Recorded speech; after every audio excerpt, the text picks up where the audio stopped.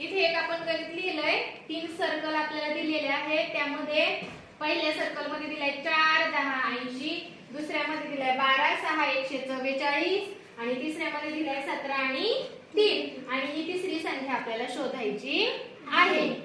आता पहिल्या सर्कल मध्ये जर आपण पाहिलं तर वरचे 2 अंक पाहिले आणि तिसरा खालचा अंक पाहिला तर वरच्या 2 अंकांच्या तुलनेमध्ये खालचा अंक मोठा दिसतो आहे की नाही. 12 आणि 6 आणि मोठाच्या मोठा 144 त्यापेक्षा, 4 आणि 10 त्याच्यापेक्षा मोठा दिसतो 80 आहे ना.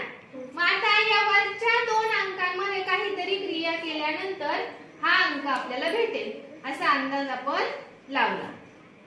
मग 4 आणि 10, 4 आणि 10 चा जर आपण गुणाकार केला 4 10 40 आणि 40 आणि 80 चा काय संबंध आहे रे. बघा 40 दुने 80 म्हणजे 4 ला पुन्हा 2 ने जर गुणलं तर आपल्याला 80 हे उत्तर भेटेल. त्याचप्रमाणे 12 गुणिले 6, 12 6 72 बरोबर, 12 6 72. मग 72 आणि 144 चा काय संबंध आहे. 72 दुने 144, 72 ला जर 2 ने आपण गुणलं तर आपल्याला 144 हे उत्तर मिळते. मग त्याचप्रमाणे तिसऱ्या सर्कल मध्ये पण करूया.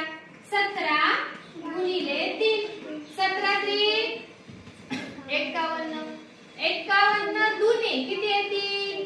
51 ला जर आपण 2 ने गुणलं तर किती उत्तर येईल.